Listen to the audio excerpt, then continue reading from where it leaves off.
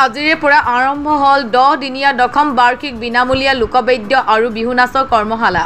আজিৰে পৰা সমন্বয় সাংস্কৃতিক বিকাশ গোষ্ঠী মৰাণৰ উদ্যোগত আৰু বৃহত্তৰ মৰাণবাসীৰ সহযোগত মৰাণ বালিকা উচ্চ মাধ্যমিক বিদ্যালয় প্ৰাংগণত 18 মাৰ্চৰ পৰা 27 মাৰ্চলৈ দশম বাৰ্ষিক বিনামূলীয়া লোকবাদ্য আৰু বিহু নাচৰ কৰ্মশালা অনুষ্ঠিত কৰা হৈছে।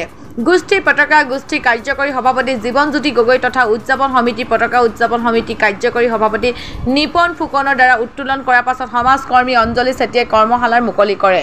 কৰ্মশালাত লোক সাংস্কৃতিক সাধক ৰঞ্জিত গগৈ, লতাশিল বিহুৰাণী 2019ৰ নিহাৰিকা শইকীয়া, নামনি বিহুৱতী 2022ৰ অনুশ্ৰী বৈশ্য, বিহুৱতী পূজা ফুকন, তৃষ্ণা দেৱী, প্ৰিয়ংকা বুঢ়াগোহাঁয়ে প্ৰশিক্ষণ প্ৰদান কৰিব। গোষ্ঠীৰ সভাপতি হেমন্ত চুতীয়া, সম্পাদক অৰিন্দম বুঢ়াগোহাঁই তথা উদযাপন সমিতিৰ মুখ্য ব্যৱস্থাপক ভাস্কৰ চুতীয়া শিবিৰত প্ৰশিক্ষণৰ বাবে নিজ নিজ সন্তানক কৰ্মশালাত প্ৰেৰণ কৰিবলৈ আহ্বান জনাইছে। যোৱা 9টা বছৰে আমি সমন্বয় সাংস্কৃতিক বিকাশ গোষ্ঠী মৰাণৰ উদ্যোগত আৰু বৃহত্তৰ মৰাণবাসী ৰাইজৰ সহযোগত যোৱা 9টা বছৰে আমি এই কৰ্মশালাখিনি অনুষ্ঠিত কৰি আহিছোঁ। এইবছৰ আমি 10টা বছৰৰ বাবে আমি বিনামূলীয়া লোকবাদ্য আৰু বিহু নাচ কৰ্মশালা আমি আৰম্ভ কৰিছোঁ, য'ত উপস্থিত আছে প্ৰশিক্ষক হিচাপে লোক সংস্কৃতি সাধক ৰঞ্জিত গগৈ ডাঙৰীয়া, তাৰোপৰি লতাশিলৰ বিহুৰাণী নিহাৰিকা শইকীয়া উপস্থিত আছে।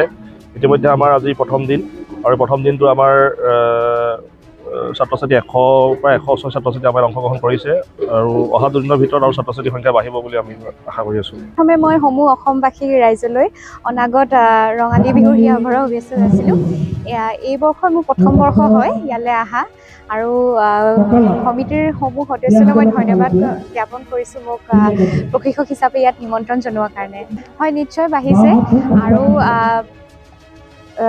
আমি যাতে আৰু ভালকৈ বিহুটোক প্ৰস্তুত কৰিব পাৰোঁ আৰু যাতে আৰু ভৱিষ্যতলৈ আৰু যাতে বিহুটো আগবাঢ়ি যায়, সকলোৱে পৰিচিত হয়, হেৰি কামনা। মই প্ৰথমতেই সকলোকে নমস্কাৰ জ্ঞাপন কৰিছোঁ। মৰাণ সাংস্কৃতিক বিকাশ গোষ্ঠীয়ে আয়োজন কৰা এই কৰ্মশালা আজি দশম বাৰ্ষিক ভৰি দিছে। সঁচাকৈয়ে মই একেৰাহে আহি আছোঁ। ইয়াত এটা মৰাণ বুলি ক'লে আমি জানো যে কৃষি সংস্কৃতিৰ ক্ষেত্ৰত সঁচাকৈ বহুত চহকী, বহুত আগবঢ়া আৰু প্ৰতি বছৰে আমি দেখিছোঁ মৰাণ সাংস্কৃতিক গোষ্ঠীয়ে আয়োজন কৰা এই কৰ্মশালাত খুব কমেও 300-400 ষ্টুডেণ্টে অংশগ্ৰহণ কৰে আৰু এই মৰাণৰ এই কৰ্মশালাৰ যোগেদি আমি জানিব পাৰিছোঁ বহুত ছাত্ৰ ছাত্ৰী উপকৃত হৈছে আৰু ইয়াৰ পৰা এই কৰ্মশালাৰ যোগেদি তেওঁলোকে আগবাঢ়ি অসমত তথা ভাৰতবৰ্ষৰ বিভিন্ন ঠাইত তেওঁলোকে বিহু নাচি সন্মান অৰ্জন কৰিবলৈ সক্ষম হৈছে।